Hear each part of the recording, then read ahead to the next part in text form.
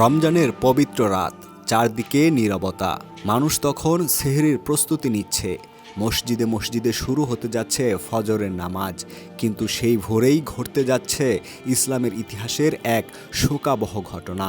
একজন মহান নেতা, একজন সাহসী যোদ্ধা, একজন জ্ঞানী আলেম, যিনি ছিলেন মহানবী মুহাম্মদ সাল্লাল্লাহু আলাইহি সাল্লামের চাচাতো ভাই এবং জামাতা। তিনি হলেন আলী ইবনে আবি তালিব রাদিয়াল্লাহু আনহু। আজ আমরা জানব ২১ রমজানের সেই মর্মান্তিক সকাল, যেই দিন শাহাদাত বরণ করেছিলেন ইসলামের এই মহান ব্যক্তিত্ব। ইসলামের ইতিহাসে আলী ইবনে আবু তালিব এর নাম সাহস, জ্ঞান ও ন্যায় বিচারের প্রতীক। তিনি ছিলেন ইসলামের প্রথম দিকের মুসলিমদের একজন, মহানবীর ঘনিষ্ঠ সাহাবী, ইসলামের চতুর্থ খলিফা।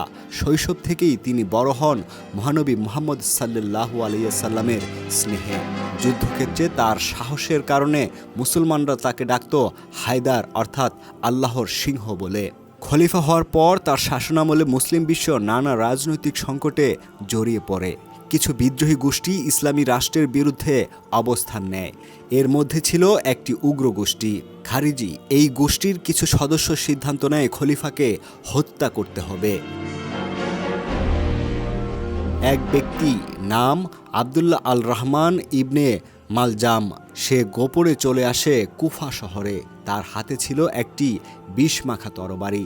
সে অপেক্ষা করছিল ঠিক সেই মুহূর্তের জন্য যখন আলী রাদিয়াল্লাহু আনহু ফজরের নামাজ পড়াতে মসজিদে আসবেন।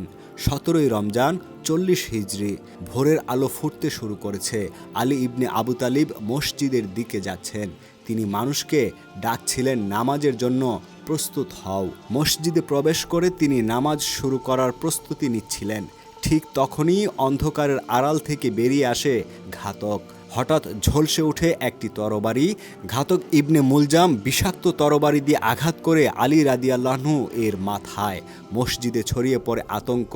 আর সেই মুহূর্তে আলী রাদিয়াল্লাহু আনহু বলেন, ফুস্তু ওয়া রাব্বি কাবা, অর্থাৎ কাবার রবের কসম, আমি সফল হয়েছি। একজন সত্যিকারের মুমিনের কাছে শাহাদাত ছিল বিজয়।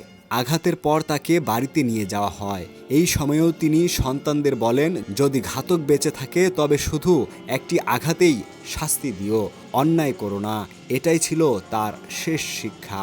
ন্যায় বিচার, সংযম আর ক্ষমা। ২১ রমজান ৪০ হিজরি। সেই দিনেই শাহাদাত বরণ করেন হযরত আলী ইবনে আবু তালিব রাদিয়াল্লাহু আনহু ওয়া রাদু আনহু। সেই দিন মুসলিম বিশ্ব হারায় এক মহান যোদ্ধা, এক মহান জ্ঞানী, এক মহান নেতা। হযরত আলী রাদিয়াল্লাহু আনহু এর জীবন আমাদের শেখায় সত্যের জন্য সাহসী হতে, জ্ঞানের মূল্য বুঝতে, ন্যায় বিচার প্রতিষ্ঠা করতে এবং আল্লাহর উপর পূর্ণ ভরসা রাখতে।